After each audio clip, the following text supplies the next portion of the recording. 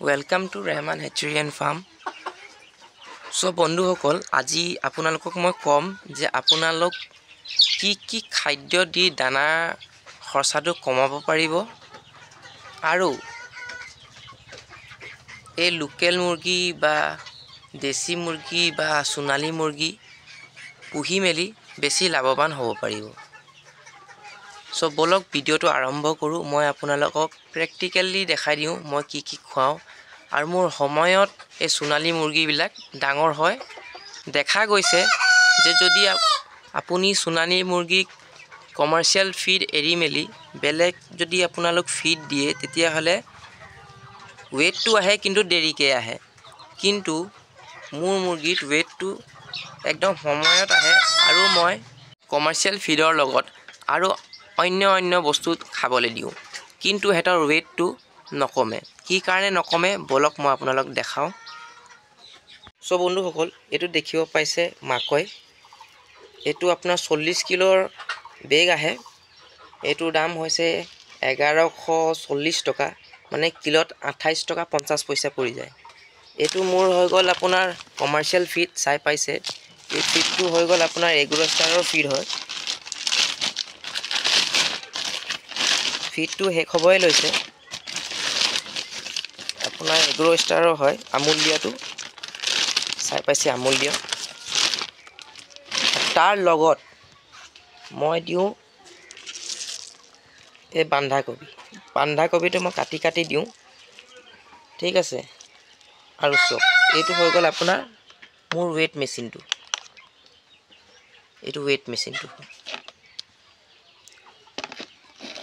So যদি আপোনালোক এই তিনটা বস্তু ব্যৱহাৰ কৰে তেতিয়া হলে আপোনালোক ওয়েটটো যোনটো কমাৰ্শিয়াল ফিড খোৱালে যোনটো ওয়েট আহে একদম তেনেকুৱা ওয়েট পাব, কিন্তু তাৰ ৰেশিও আছে কোনটো হিচাপত আপোনালোক খুৱাব যাতে আপোনাৰ এই ওয়েটটো আহক। সো বন্ধুসকল চক এইবিলাক ফিডত দানা ফুল হৈ আছে এসব, কিন্তু এতিয়া মই এই বন্ধাকবিটো দিম চাব। এই দানা হেতি খোৱা নাই, কিন্তু বন্ধাকবি দিয়াৰ লগে লগে কেনেকুৱা হেতি খাব চাব দেই। এই টিং এটা মই ব্যৱহাৰ কৰো, এই টিংটো মানে দি লও।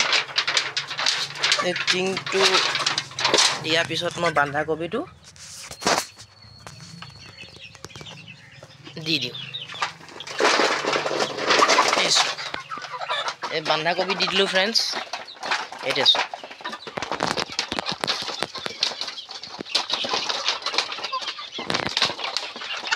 গোটেইখিনি মুৰ্গী ইয়াত আহি খাবলৈ আৰম্ভ কৰিলে, কিন্তু দানা হেতি চোৱাও নাছিলে।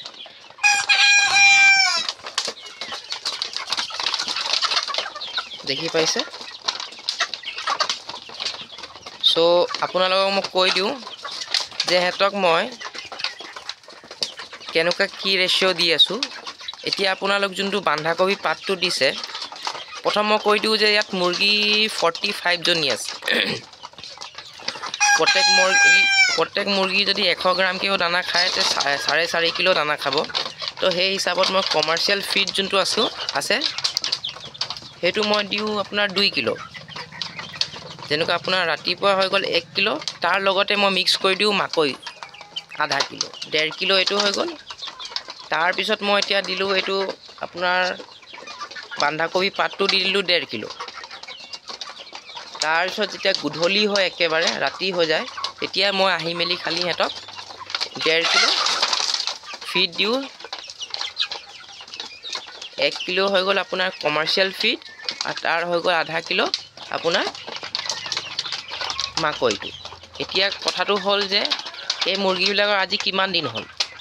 এই মুৰ্গীবিলাকৰ আজি দিন হৈছে আপোনাৰ 70 ডেজ হৈছে, 2 মাহ 10 দিন হৈছে আজি। এই 2 মাহ 10 দিনত আপোনাৰ মতাবিলাক চাই পাইছে 1 কিলো 900 গ্ৰাম 1 কিলো তেনেকুৱা সাইজ পাইছে, আৰু মাইকীবিলাক আপোনাৰ 700 গ্ৰামৰ পৰা 850 গ্ৰাম লগে পাইছে। তো এইটো ওয়েটটো বেয়া নহয়, যেহেতু মোৰ বন্ধাকবি পাত আৰু মাকৈ মিলাই মেলি যে খুৱাইছো কিছু সংখ্যা মোৰ যোনটো লাভটো আছে হেতু বাঢ়িছে আৰু মানে গ্ৰোথ ভাল লৈছে।